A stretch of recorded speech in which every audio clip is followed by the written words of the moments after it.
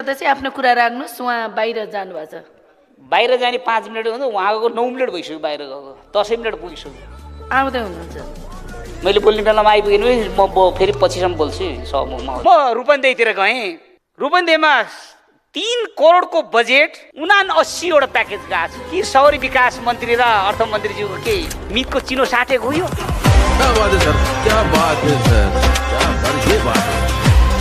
अरू 77 जिल्ला मान्य जितेको छैन 165वटा 110वटा समानुपातिक छैन। के क्यालकुलेसन गर्नुभयो तपाईँहरूले? यही हो राज्य चलाउने तरिका? उप प्रधानमन्त्री दुवैजनाले चल्छ राजनीति, देश चल्छ कुनै हिसाबले चल्छ। तपाईँहरू मात्र अगाउनु पर्ने, तपाईँहरूले मात्र चुनाव जित्नु पर्ने, तपाईँहरू मात्र मन्त्री हुनु पर्ने। म मेरो जिल्लामा 150 किलोमिटर मैले व्यक्तिगत बाटो खनिदिए होला। 14वटा एम्बुलेन्स दिएको छु मैले। त्यसै आउँछ 47,100 मत। यो तरिकाले गर्थे तपाईँहरू सुध्रिनुहोस्। तपाईँलाई पनि यही 6 महिना अगाडि गएको पार्टीले 683 मध्ये मात्र जितेर आउनु भयो। तपाईँ पनि ख्याल गर्नुपर्छ, समयलाई सबैलाई मिलाउनु पर्छ।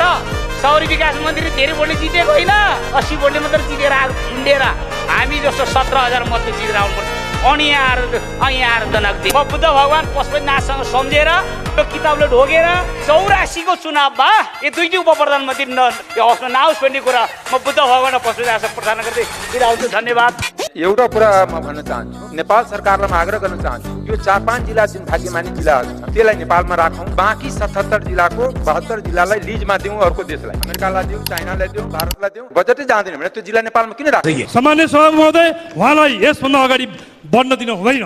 उहाँको अभिव्यक्ति बेठिक छ। राष्ट्रघाती अभिव्यक्तिलाई हामी सुनेर बस्न सक्दैनौँ। सामान्य सभा महोदय, संसदमा यो असंसदीय भाषा प्रयोग भयो, राष्ट्रमाथि प्रश्न खडा हुने खालको भाषा प्रयोग भयो भन्ने कुरा ध्यानमा राखिकन यसलाई रेकर्डबाट हटाउने मैले निर्देशन गर्दछु र वक्ता मान्य सदस्य बाँकी विषय आफ्नो अगाडि बढाउन सक्नुहुन्छ। यहाँलाई दिएको समय 7 मिनेट छ। पार्टीको दलीय हिसाबले यदि निर्देशन दिनु छ त्यो निर्देशन हामी मान्न तयार छैन। किनभने सभामुखले निर्देशन दिनु परेको सबै जिल्लामा बजेट किन गएन? त्यो निर्देशन दिन आउँदैन सभामुखलाई एमाले जे भने त्यही निर्देशन छ भने सभामुख संसदको एमालेको होइन, दायामाले आएको होइन।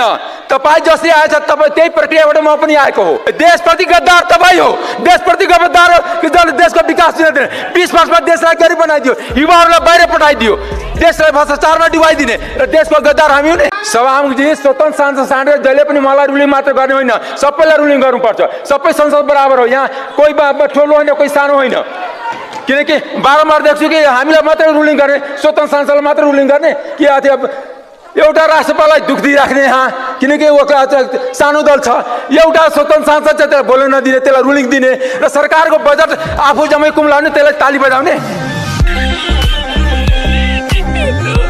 एउटा कुरा के भने मान्य सदस्य, तपाईँ निर्धारित विषयमा बोल्नुहुन्न भने तपाईँ डाइस छाडेर तल जानुहोस्। निर्धारित विषय नबोलेपछि तपाईँ डाइस छाडेर तल जानुहोस्। यहाँ निर्धारित विषयमा बोल्नुपर्छ, नियमसँग बोल्नुपर्छ। तपाईँ तल जान सक्नुहुन्छ। ठिक छ, तपाईँले मलाई बोल्न दिनु, म यहीँ रहन्छु। 7 मिनट मेरो टाइम छ, म यहीँ रहन्छु। एउटा कुरा के हो, हामी हिजोको दिनमा पनि अन्याय अत्याचार भएको थियो, राजा त्यसको पनि लाइज लडेर आएको हो। कसैले हामीलाई टीका लगाएर आइदिएको होइन। के भनौँ र खोइ बजेट खाइदिनेलाई तपाईँ परिवार र नाता गोता पाल, देश बसला रोइ। देशमा कर्णाली पिछडिँदै आयो, यसको मतलब यो होइन कि सधैँ पिछडी पार्नुपर्छ भन्ने होइन। यदि सधैँ यसरी पिछडी पार्यो भने कर्णाली भोलि यो देशबाट अलग हुन्छु भनेर प्रस्ताव राख्यो भने के हुन्छ? भिख मागेको होइन, अधिकार हो, खोसेर लिन्छौँ। सडकमा आन्दोलन हुन्छ र संसदमा पनि आन्दोलन हुन्छ। यो हिसाबले अगाडि बढौँ, एक्लै भए पनि खडा हुन्छौँ। मर्यादा पालक साथी सँगसँगै 5-6 जना हाम्रो खलासी साथीहरू पनि राख्नुपर्छ जस्तो लाग्छ। हामीले माइक्रो बस चढ्ने खलासी साथीहरू हुन्छ नि, कोची त्यो सिटहरू भरिदिन्छ नि उहाँहरूले। यो संसदको सिट पनि 5 जना खलासी साथी मर्यादा पालक साथीसँग राखिदिने, एउटै सिटमा 2 जना बस्ने गरेर सांसदहरूको उपस्थिति हुन्छ जस्तो लाग्छ। म गठबन्धन सरकारलाई जे गर्नु छ 31 महिनासम्म गरिरहनुहोस्, गर्नुहोस्। चलेको छ लडाइँ, 2टा गभर्नर बनाउनुहोस् न, एउटा बिचौलिया ह्यान्डल गर्ने, एउटा नोटमा सिग्नेचर गर्ने बनाउनुहोस्। अर्को काम पनि गर्नुहोस्। यो 31 महिनाको बिचमा त्यो छापिएको नोटमा हुन्छ नि, आफ्ना चुनाव चिन्ह राख्नुहोस्। अहिले चर्चामा आइराखेको छ नाम, समाचारहरू आइराखेको छ, हाक्का हाक्की चुनाव लड्या मान्छेलाई, त्यो पनि मैसँग हो। मसँग फेरि तेस्रो भाव है। अहिले गभर्नरको नियुक्ति प्रक्रिया देखेर लाज पनि लजाउँछ, तर हाम्रो सरकार लजाउँदैन। इधर उधर की बात न कर, ये बता कि काफिला क्यों लूटा? मुझे गिला रहजनों से नहीं तेरी रहबरी का सवाल है। यो सबै तपाईको नेतृत्वमा भएको लुट तन्त्र हो र उहाँहरूले के भन्नुभयो थाहा छ? हम पे इल्जाम ये है कि चोर को क्यों चोर कहा। हामी जनप्रतिनिधि भएर भइराखेको मानव तस्करीको बारेमा पनि बोल्न नपाउने। के अहिलेको प्रधानमन्त्री जनताले चुनेको हो? के अहिलेको राष्ट्रपति जनताले चुनेको हो? सीमितै संसदभित्रबाट केही व्यक्तिले चुनेको?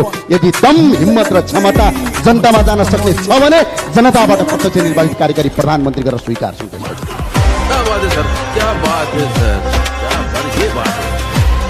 मैले हत्याराको कुरा गर्नु भएको थियो माननीयज्यूले।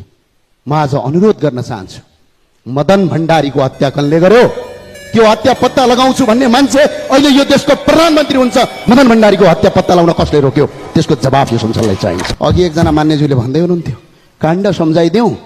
निर्मला पन्तको बलात्कारपछि हत्या भयो। तपाईहरूका कति गृहमन्त्री फेरिए, कति प्रधानमन्त्री फेरिए, कति पटक वल्लो पक्ष सरकारमा गयो गणतन्त्रवादीहरू। एकजना निर्मलाको हत्यालाई अहिलेसम्म पत्ता लगाउन सकेका छौ? बाँदरमुडे घटना याद छ? निहत्या नागरिकलाई बम हानेर मारे हो कि भन्ने। अझ अर्को घटना सम्झाइदिउँ, लमजुङका शिक्षक मुक्तिनाथ अधिकारीका हत्याराहरू आज यही संसदमा सांसद भएर हिँडिरहेका छन्। यसको जवाब चाहिन्छ कि चाहिन्छ? फेरि पनि भन्छु, मलाई बहुत इच्छा थियो यो 2-3 दिनदेखि यो हुर्याइदिउँ, कसैको मुखमा लगेर ठोकिदिउँ, तर मिल्दैन। मिल्दैन। कसरी यस्तो बजेट बनाउन सकिन्छ भने, कसरी यसरी लेख्न सकिन्छ भने, कसरी यस्तो लेख्न सकिन्छ भने, कसरी आँट आउँछ राज्य सम्पत्ति यसरी मनपरी बाँड्न कसरी सकिन्छ भने, कसरी आँट आउँछ यो देखिने कुरा हो। कसरी सकिन्छ? सुमिरे टुर्स एन्ड ट्राभल्स भन्ने कसको ट्राभल्स हो? विगत 10 वर्षदेखि जापानमा भिजिट भिसाका नाउँमा हजारौं मान्छे पठाएर अरबौं पैसा त्यहाँबाट लिएर संसदमा प्रतिनिधित्व गर्ने र संसद किनेर पार्टीबाट प्रतिनिधित्व गरेर भिजिट भिसामा बदमासी गर्ने काम भएको छ र तिनै मान्छेहरू यता कता संसदमा आएर उफ्रिने काम पनि भएको सुन्नमा आएको छ। यसमा निष्पक्ष छानबिन भएर कारबाहीको दायरा अगाडि बढ्योस् भन्ने माग गर्न चाहन्छु। सुमिरे टुर्स एन्ड ट्राभल्स मेरो कम्पनी हो सभामुख महोदय। म यही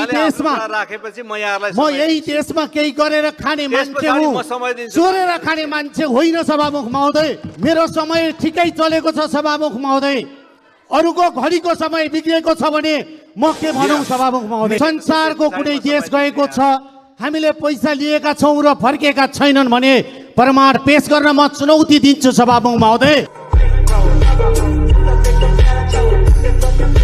हाम्रो नेताहरू तपाईँहरू जो हुनुहुन्छ सम्मानित हुनुहुन्छ। तपाईँहरूको कन्ट्रिब्युसन डेमोक्रेसीको निम्ति तपाईँहरूले गर्नुभएको कन्ट्रिब्युसनप्रति हामी सदा तपाईँहरूलाई श्रद्धा गर्छौँ। तर आज छातीमा हात राखेर एकपल्ट पशुपतिनाथमाथि उभिएर सोच्नुहोस् त, तपाईँहरू के गर्दै हुनुहुन्छ? जनता 5वटा जिल्लाभित्रका मात्रै नेपाली नागरिक हुन् त? हाम्रो कर्णालीको, हाम्रो मुगुको, हाम्रो मुस्ताङको, हाम्रो मधेसको, तराईको, पहाडको 5 जिल्ला बाहेक 72 जिल्लाका मान्छेहरू नेपाली नागरिक होइनन्? तपाईँहरूलाई अलिकति दया लाग्दैन? अलिकति भित्र हरि हुन्छ नि, हरि थोरै त्यहाँका नागरिकले पानी खान पाइदिए हुन्थ्यो। त्यहाँका नागरिकमा को गाउँमा किसानहरूको चाहिँ भत्किएको कुल अलिकति बनाइदिन पाए हुन्थ्यो।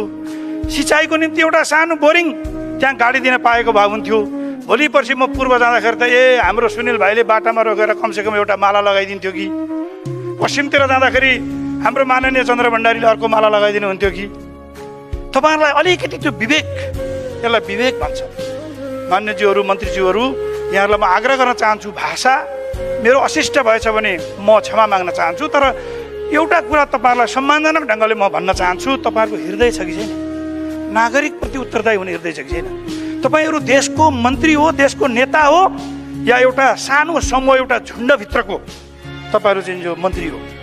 अनि तपाईँहरू मन्त्री बनिरहँदाखेरि अनि तपाईँहरू एक्लै चुनाव जितेर आएर बन्नुभएको हो, त्यसो भए गठबन्धनको आवश्यकता किन? अनि काङ्ग्रेस एमालेका साथीहरूलाई, मन्त्री हुनु भइसकेका साथीहरूलाई अझ म भन्न चाहन्छु, अब यो 4-5 वटा क्षेत्रका मान्छेले मात्रै रुख र सूर्यमा भोटाले पुग्ने भयो त?